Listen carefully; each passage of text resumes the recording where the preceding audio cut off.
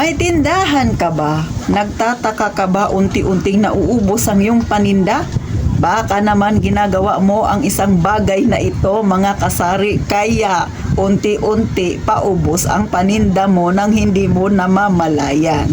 O, ano ba ito? Bago magumpisa si Ate Tintin, syempre, paki-subscribe naman ako kung bago ka sa aking channel, at syempre, paki-like na rin ang video na Ate Tintin at paki-share na rin kung hindi ka busy. Pero bago mag-chismak si Ate Tintin, shout out muna kay Neil Mendoza. Shout out sa'yo, Neil. Sabi niya, taga rito rin daw siya sa lungsod ng Puerto Princesa City, Palawan. So, ayon sa pagkakatanda ko, parang dalawa pa lang yata kayo ang taga rito sa Puerto Princesa na subscriber ko.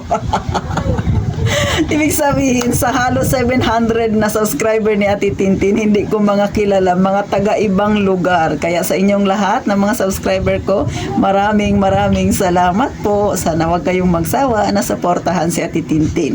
Kaya tayo nang mag-chismisan. So ano ba yung sinasabi ni Ate Tintin? O, halimbawa ganito. Meron ka ang kinita, ang benta mo sa buong maghapon ay 2,000. Sa 2,000 na yan, syempre 20% ang ipinatong mo, ibig sabihin 400 pesos ang sayo. Baka may magsabi, Ate Tintin, kinukuha ko lang naman yung tinubo ng 2,000 ko. So ibig sabihin, naka-maintain lang yung aking puhunan. Tama, naka-maintain. Pero may tinatawag tayo na inflation, mga kasari. Huwag ninyong kakalimutan yan. So ano ba yan? Hindi ba tumataas ang presyo ng bilihin? So yung 1,000 mo noon, maraming nabibili, pero pag ikumpara mo sa ngayon, halos kalahati na lang ang nabibili kung ikukumpara mo. Kaya ganon. Kaya kung ang puhunan mo, i-maintain mo doon sa 2,000 na yan, na kinikita mo araw-araw, benta mo na araw-araw, na yan ang benta ng yung tindahan, tapos kukunin mo yung 400, ay talagang hindi mo namamalayan, paubos ang iyong produkto. Bakit? Mag-ilan na lang ang mabibili ng 2,000 mo na yan. Kaya sige, kakakuha din ng 400. Kaya iniisip mo, yun yung para sa'yo, which is mali. So, nagtanong sa akin, sa akin kasi dito ko rin lahat kinukuha. So, bakit daw hindi naman daw lumulubog ang tindahan ko? Kasi nga, ang 400 na para sa akin ay hindi ko sinasagad yun, mga kasari. Minsan ang kinukuha ko lang doon ay 200, kung may pagkakataon ay 100, kung medyo matipid ako ay 75 pesos lang. So ganon, yung natitira na yun ay dinadagdag ko siya ulit sa pamimili ko. Kaya rolling ng rolling. Kaya sa loob ng 4 na taon, naging maayos ang tindahan ni Ate Tintin. So yan na yan siya.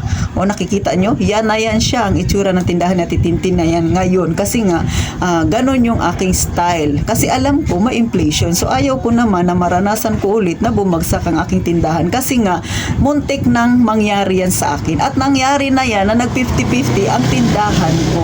Kaya nga, na-share ko ito sa inyo kasi ayaw kong mangyari yan sa inyo, mga beshi ko dyan, ha? Siyempre, mahirap ang buhay natin, nasama-sama pamumuhay natin. So kung may negosyo ka, alagaan natin ang maigi yan para makatulong sa atin. Kasi paano pa yan makatulong kung ganyan ang gagawin natin? Hindi rin natin tinutulungan yung negosyo natin.